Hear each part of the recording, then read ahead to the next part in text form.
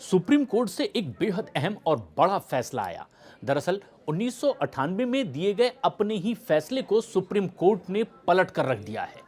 दरअसल वोट के बदले नोट के मामले में बेहद अहम सुनवाई सुप्रीम कोर्ट में हुई और इसमें 1998 में जिस तरह का फैसला सुप्रीम कोर्ट की ओर से आया था, उस फैसले को पलटा गया है। लेकिन इसके लिए फैसला 1998 का 5 जजों की बेंच का था और इसके खिलाफ जाने के लिए, इस पर अपील के लिए अब बड़ी बेंच को यह मामला देना था और मामला 7 जजों की बेंच ने सुना और उसमें यह बड़ा फैसला सुनाया।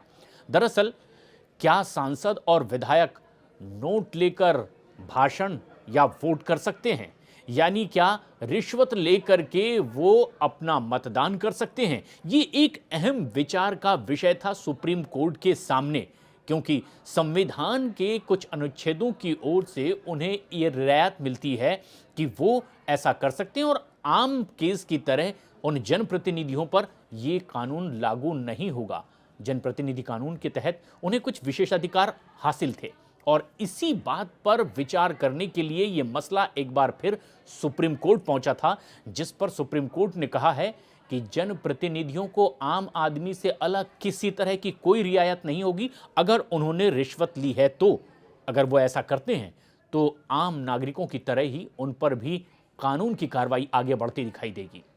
दरअसल ये मामला 1991 से सामने आया, जब कांग्रेस की सरकार थी। नरसिम्हा राव प्रधानमंत्री बने। उस चुनाव में कांग्रेस सबसे बड़ी पार्टी थी। नरसिम्हा राव प्रधानमंत्री पद पर काबिज हुए और ऐसे में 2 साल बाद ही अविश्वास प्रस्ताव आया और तब झारखंड मुक्ति मोर्चा, शिबू सोरेन जिसके बड़े नेता थे, इन्होंने अविश्वास प्रस्ताव के खिलाफ मतदान कर दिया। कुल 4 सांसद थे जेएमएम के और ऐसे में ये पूरा मामला शिकायत के तौर पर पहुंचा। सीबीआई ने इसमें कार्रवाई आगे बढ़ाई और फिर ये पूरा मसला सुप्रीम कोर्ट तक पहुंच गया। ऐसे में 1998 में एक बड़ा फैसला सामने आया, क्योंकि ये जनप्रतिनिधि हैं और इन्हें कुछ विशेषाधिकार हासिल हैं, इसीलिए आम नागरिकों की तरह रिश्वत से जुड़े कानूनों के तहत इन पर कार्रवाई नहीं हो सकती और ये मामला सदन का था। ऐसे में उन्हें रियायत दे दी गई। अब उसके बाद वक्त आगे बढ़ता चला गया। एक और मामला सुप्रीम कोर्ट के सामने आया और ये मामला सीता सोरेन से जुड़ा हुआ था। शिबू सोरेन की ही ये बहू हैं, हेमंत सोरेन की भाभी। दरअसल एक चुनाव होना था राज्यसभा का और यहाँ सीता सोरेन ने जो मतदान किया, माना यह गया कि उन्होंने रिश्वत लेकर के राज्यसभा चुनाव में मतदान किया है और इसीलिए साल 2012 के इस मामले को कोर्ट की दहलीज तक पहुंचाया गया। इस मामले में भी सुनवाई हुई। दरअसल सीता सोरेन की ओर से पक्ष ये रखा गया था कि जिस तरह से 1998 में सुप्रीम कोर्ट ने ये माना उनके ससुर शिबू सोरेन के केस में, क्योंकि वो एक जनप्रतिनिधि हैं, इसीलिए आम कानून के तहत रिश्वत के मामले उन पर नहीं चल सकते। उन्हें जो विशेषाधिकार हासिल है उसके तहत उनके खिलाफ इस तरह के आरोप खारिज होने चाहिए। और ऐसे में ये मामला हाईकोर्ट से लेकर सुप्रीम कोर्ट तक पहुंचा और तब सुप्रीम कोर्ट में इस बात पर गौर किया जाना था कि क्या वाकई जनप्रतिनिधियों को रिश्वत के मामले में कोई विशेषाधिकार दिया जा सकता है, और इसकी एक बार नए सिरे से समीक्षा होनी थी।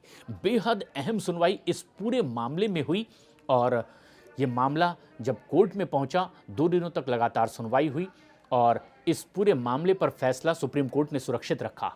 जब यह फैसला आया है तो इसमें सुप्रीम कोर्ट ने अपने 1998 के फैसले को पलट दिया। उन्होंने कहा कि ये संविधान का जो मूल मंत्र है उसके खिलाफ होगा अगर रिश्वत जैसे आपराधिक मामलों में किसी को विशेषाधिकार दे दिया जाए। इन्हें किसी भी तरह का कानूनी संरक्षण नहीं दिया जा सकता और इसीलिए इस मामले में सख्त कदम सुप्रीम कोर्ट ने यह फैसला सुनाते हुए उठाया कि अगर मामला रिश्वत का है तो ये एक अपराध है। आम लोगों की तरह ही जनप्रतिनिधियों को भी इसका सामना करना पड़ेगा। पैसे लेकर के ना वो सदन में भाषण दे सकते हैं और ना ही अपना वोट कास्ट कर सकते हैं। और ऐसे में अपने ही तकरीबन 30 साल पुराने मामले में जो सुनवाई करते हुए सुप्रीम कोर्ट ने फैसला दिया था 5 जजों की बेंच ने, अब 7 जजों की बेंच ने इस फैसले को पलट दिया और ये भविष्य के लिए एक सख्त संदेश है कि जनप्रतिनिधि होने के नाते आप इसका नाजायज फायदा नहीं उठा सकते। आम नागरिकों की तरह ही कानून की सख्ती सब पर बराबर होगी।